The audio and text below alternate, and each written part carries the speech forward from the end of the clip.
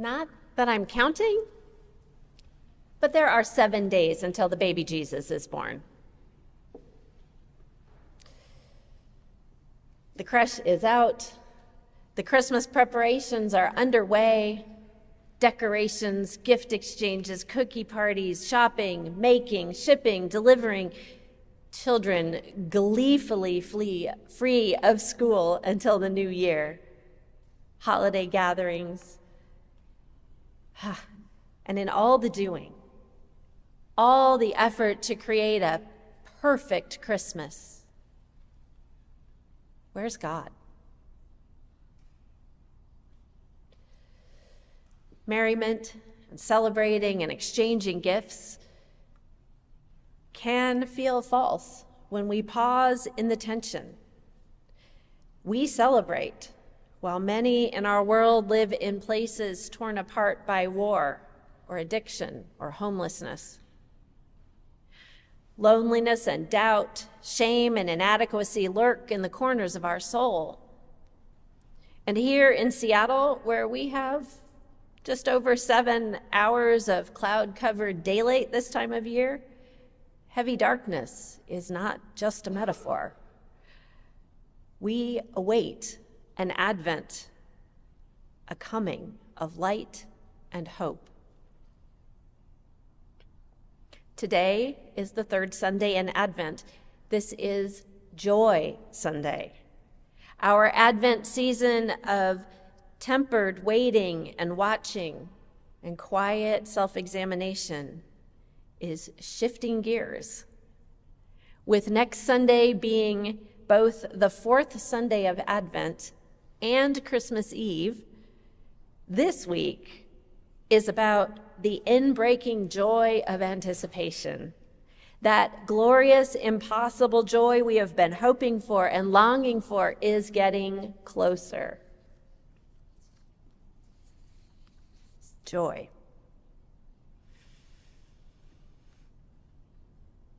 Something bigger, deeper, more profound than happiness.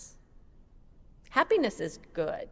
Happiness is a soft blanket, a yummy flavor, time spent with friends, a beautiful display of Christmas lights. They're all good things, and they provide us warmth and satisfaction. When we are happy, we feel pleasure related to our immediate environment or circumstances, which means that by definition, happiness is fleeting because our environment and our circumstances are always changing. Busy Christmas preparations and celebrations inundate us with moments of happiness. It temporarily fills that void. It leaves us wanting more, like the sweetness of a Christmas cookie or chocolate in our mouth that makes us want to have more. Joy is the more. Joy runs deeper and lasts longer than happiness. We feel joy in our whole bodies, our hearts and minds. Joy includes euphoria and relief, laughter and tears, and quiet. In the quiet moments of Advent, we glimpse joy. When we sit or walk or dance with God, when in pausing we notice or appreciate a heart connection with someone, some beauty. When we name our gratitudes. Even in moments when life feels heavy and lonely, we can experience joy.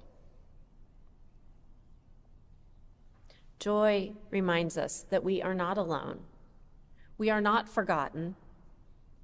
God surrounds us, remembers us, and never forsakes us. Trusting in God's faithfulness to us, we entrust our hearts to God. We look for joy where God finds joy. and gratitude seeps in, making way for hope. In Advent, we hope for God's coming. As our careful watching and waiting gathers speed this week toward the inbreaking love of Christ's birth, I encourage you to let go of some of the frantic preparations and claim a few minutes for you and God.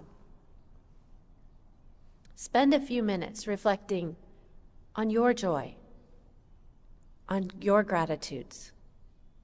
Wonder about how those experiences have changed you and what they have told you about the God that you know. And then wonder how you might prepare your heart for more joy and more light. And as you leave your God time, think about how you might share your joy with others. God has anointed us in this particular time and place to be the bearers of good news, to bind up the brokenhearted, to proclaim liberty to the captives and release to prisoners. In the middle of the wilderness, John cried out, proclaiming good news and hope to all who would come near. And the people came because they, like us, needed to hear about hope. They, like us in our world, needed to hear that God had not forsaken them. God had not forgotten them. That joy is possible. This is our message, our witness, our bright message to shine in a dark and heavy world. God has not forgotten us. Joy comes again.